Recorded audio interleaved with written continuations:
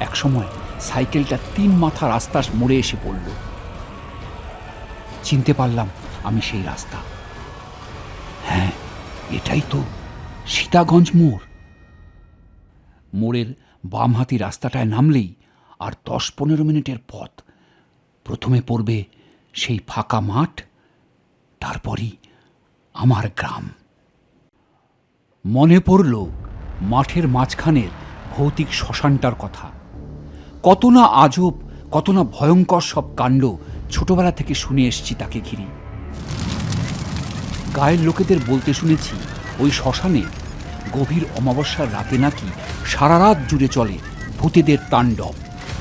তারা পথিককে ভুল পথে চালিত করে মজা দেখে, আর তাদের থলির ভেতর থাকা খাবার দাবার, ফলমূল সবই আত্মসাৎ করে ফেলে। ঘণ্টাখানেক আগেও